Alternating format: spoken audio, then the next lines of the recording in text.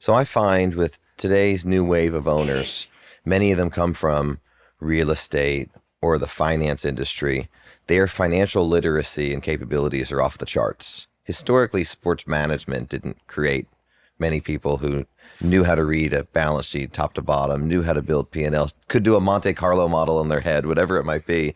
How do you, to stick in on Mark's point, just make sure you and your team continue developing your financial literacy capabilities to be in that room with them who are just, doing calculations in their head? So you have to compete, right? So you have to be able to be on the field. And that for folks who are not savants and quantitative folks, like you are constantly studying, constantly learning, constantly keeping up, because that's your kind of anxiety. I always say there's like a positive anxiety, that you want to be, you happen to be a leader. So you have this anxiety that I've got to actually know this stuff. I don't want to get called like out. in a big way. So I think it's how you position, like, these guys sit here in their head and figure out how to refinance and what rates are going to be and kind of the cost of capital and what, thinking they're chess players that have 4 moves ahead to get it. And I think my job is to really have a real core competence on where we've been, where we are, and kind of where we're going, and almost look to them to say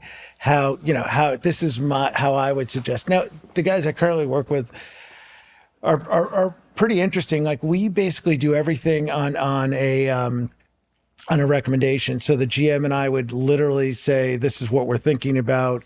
Here's the rationale.